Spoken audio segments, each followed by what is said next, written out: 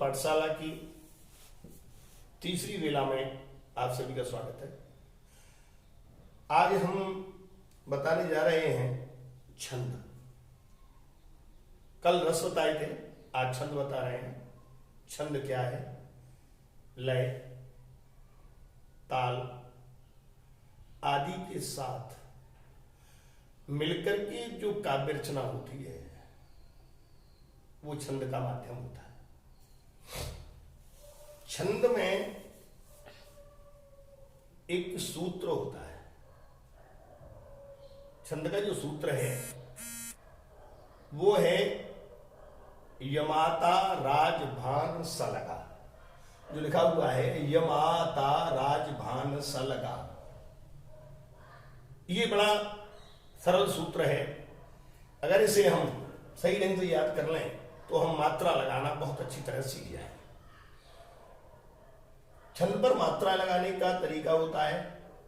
अब यमाता राजभान सलगा, जिसमें 10 अक्षर हैं। य माता, यमाता का मतलब है पहले वाला यगण, ये गण है। पहले वाला यगण, दूसरा मा से मगण, ता से तगण, रा से रगण, जा से जगण, भा से भगण, ना से नगण और सा से सगण। ये 8 गण हैं। इन 8 गणों में अब हमें क्या करना होता है? इसको बनाने के लिए या के पीछे, इसमें है यमाता राजभान सलगा, हर एक वर्ण के पीछे लगा।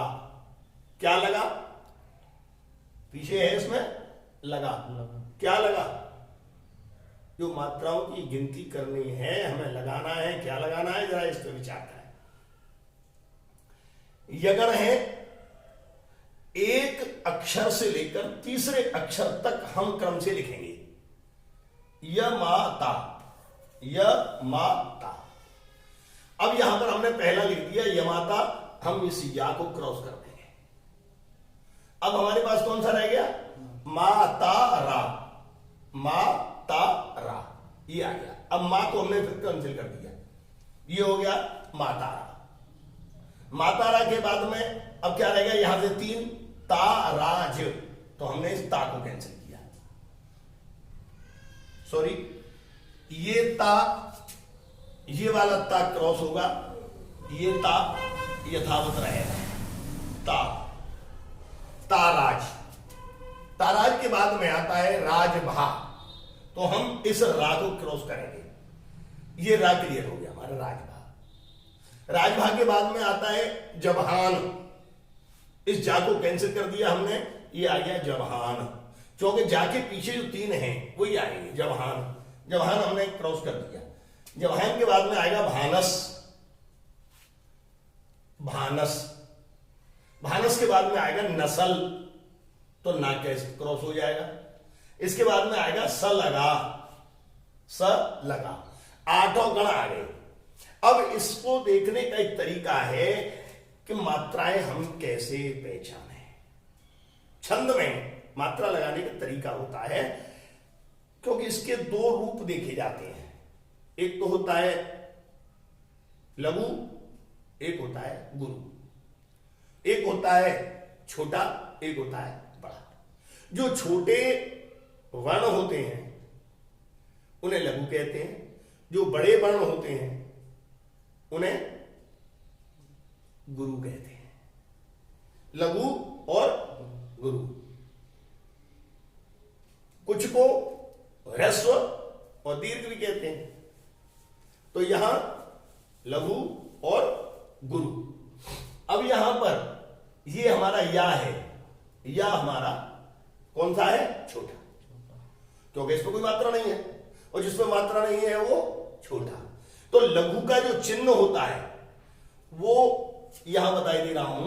लघु का चिन्ह है ये, और गुरु का चिन्ह है ये। इसे हम IS भी कह सकते हैं, क्योंकि लघु अंग्रेजी के आई की तरह से है, गुरु अंग्रेजी के एस की तरह से है। ये एक मात्रा है, ये डबल मात्रा है, इसलिए ये ह्रस्व है, ये गुरु है। अब यहां पर हमने यमाता है, यमाता पे हमारी पहली मात्रा क्या आएगी? लघु। मां पे मात्रा लगी है आ की, इसलिए यहां पर हम बताएंगे गुरु। ता पर मात्रा क्या है? ता भी गुरु आएगा, इसलिए ऐसे ही माता पे गुरु, ता पे गुरु, रा पे गुरु, ता पे गुरु, रा पे गुरु, जा पे लघु, रा पे गुरु, जा पे लघु और भा पे गुरु। जा पे लघु, यहां गुरु, यहां लघु, गुरु लघु लघु, लघु लघु लघु लघु लघु और ये गुरु। ये इस तरह मात्राएं देखी जाएंगी। जहां मात्रा नहीं है वहां लघु है, जहां मात्रा है वहां गुरु है। अब एक समस्या आती है सामने कि जहां संयुक्त अक्षर हो, मिला हुआ अक्षर हो, जैसे कक्षा, छात्रा, हमेशा संयुक्त अक्षर के आगे वाला अक्षर भले ही वो लघु हो, संयुक्त अक्षर के आगे वाला अक्षर भले ही लघु हो, लेकिन जब संयुक्त होता है तो संयुक्त अक्षर लघु हो जाता है और उसके आगे वाला जो लघु होता है वो गुरु बन जाता है। यानी पीछे वाले संयुक्त अक्षर की ताकत आगे वाले अक्षर में पहुंच जाती है, इसलिए उसे गुरु बना दिया जाता है। अब जहां अंकी बिंदी का प्रयोग होता है वहां गुरु माना जाता है, जहां चंद्र बिंदु का प्रयोग होता है वह लघु माना जाता है। चंद्र बिंदु लघु मानी जाती है, अंकी बिंदी पूरी तरह से गुरु मानी जाती है। इस तरह से ये अब छंद दो प्रकार के होते हैं। छंद दो प्रकार के होते हैं। नंबर एक मात्रिक छंद, नंबर दो वर्णिक छंद। मात्रिक छंद वो होते हैं जो छंद मात्राओं के द्वारा जिनका ज्ञान किया जाता है कि इसमें कितनी मात्राएं हैं। जैसे तुलसीकृत रामायण रामचरितमानस मात्रिक छंद में लिखी हुई है, इसमें मात्राएं हैं, चौपाई है, दोहा है, सोरठा है, ये सब मात्रिक छंद में आते हैं। अब मात्रिक छंद में इसके कई रूप हैं। नंबर एक पर आती है चौपाई, चौपाई छंद। नंबर दो दोहा छंद, तीसरा सोरठा छंद, चौथा रोला छंद, पांचवा कुंडलिया छंद, छठवां हरगीतिका और सातवां बरबई छंद। ये छंद हैं, कौन से हैं? मात्रिक छंद। मात्रिक छंदों में सबसे पहली है चौपाई। तो आज मैं केवल चौपाई और दोहा तक ही बताऊंगा आपको, यदि संभव हुआ तो सोरठा तक। तो चौपाई में 4 चरण होते हैं। इसके हम अर्थ को सामान्य अर्थ को समझ लें। चौपाई जिसमें 4 पैर हों, 4 पैर हो चौपाया, तो ये है चौपाई।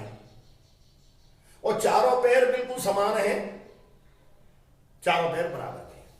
इन चारों पैरों में इसके लिए एक छोटा सा सूत्र मैंने बनाया है कि 4 चौतरा 16 बाजार, 4 चबूतरा 16 बाजार और 64 घोड़ा 1 सवार, यानी 4 चबूतरा। इसका अर्थ हुआ 4 पैर चौपाई के, 4 चबूतरा 16 बाजार, यानी प्रत्येक चरण में 16-16 मात्रा है।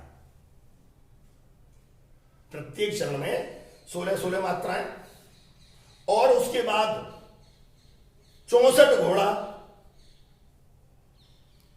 16 16 16 16 अर्थात 64 घोड़ा, एक सवार, इनके ऊपर एक क्या है, चौपाई। 4 चरण, प्रत्येक चरण समान है। इसमें भी सम, अर्धसम और विषम 3 प्रकार के छंद हैं। सबसे पहले सम माने बराबर, जिसमें सभी पैर, जिसमें सभी चरण बराबर हो, वो सम है। जैसे चौपाई सममात्रिक छंद है। इसमें 4 चरण हैं, 16 मात्राएं हैं, प्रत्येक चरण में 16 मात्रा, 64 मात्राएं का पूर्ण योग है। ये चौपाई है। इसके बाद अब चौपाई का एक उदाहरण है,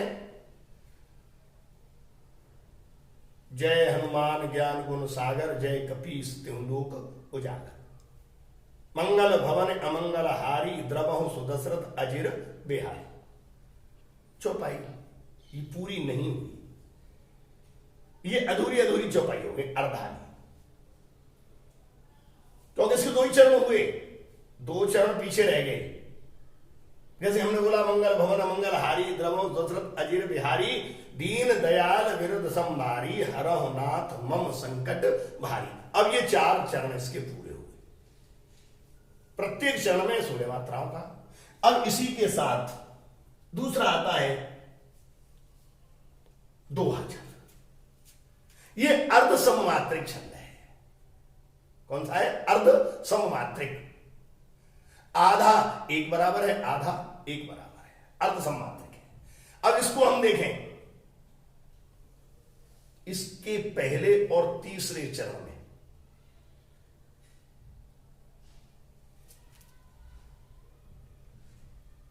पहला चरण और तीसरा चरण एक बराबर होता है, दूसरा चरण और चौथा चरण एक बराबर होता है।